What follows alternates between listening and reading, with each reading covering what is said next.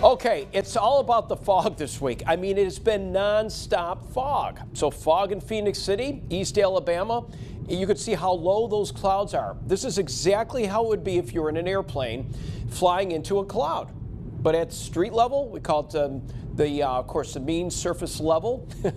Driving through the fog is the same as driving through a cloud or flying through a cloud. There you go. So we look at the warm air that's lifting in here. It's not stopping. The setup has been persistent. There's nothing changing or mixing it up. This area low pressure coming across the central plains right now through Nebraska. Some heavy rain here and thunderstorms. We've got severe weather here as well, south of Omaha and parts of northwest Missouri, in fact. But the front that's down through here across parts of Oklahoma and Texas, we're going to be watching that and how all this starts to get re-energized here coming up in the forecast.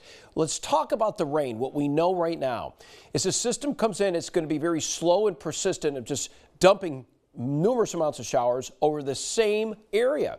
So that's why there's a flood watch. That's what we're looking at, of course, right through Saturday. And this is going to affect a good chunk of Chambers County, probably a little bit of northwest Lee and maybe Macon counties as well. But we're going to be watching this closely because that's what you're going to see starting tomorrow night. That's right.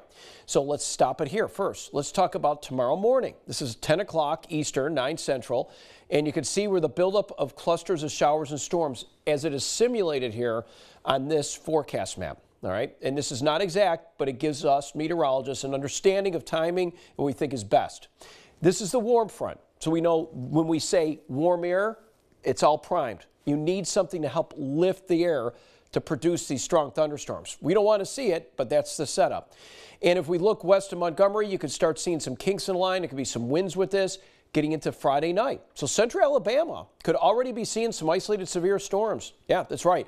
And if that trough lingers a little bit, this is what this broken line is. That means there's an area of low pressure, kind of churning it up, adding more energy, which you don't want to see, to bring in thunderstorms and that training effect, as we said, coming into areas of Chambers County, we could see some heavy rain. So we stop it here at midday on Saturday where we begin our weather aware setup. And my friends, it is going to be something to really watch here, especially when it comes to wind and maybe even some isolated tornadoes.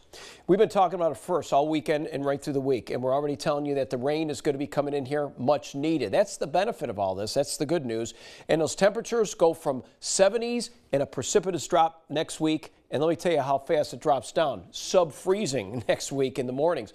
But take a look here. You can see right through the weekend, we're weather aware Saturday. And Phil, we're going to be tracking a dry start to the end of the weekend. We'll need that, but stay tuned. Look at that 50-degree drop, 77 down to 28. All right, thank you so much, Bob.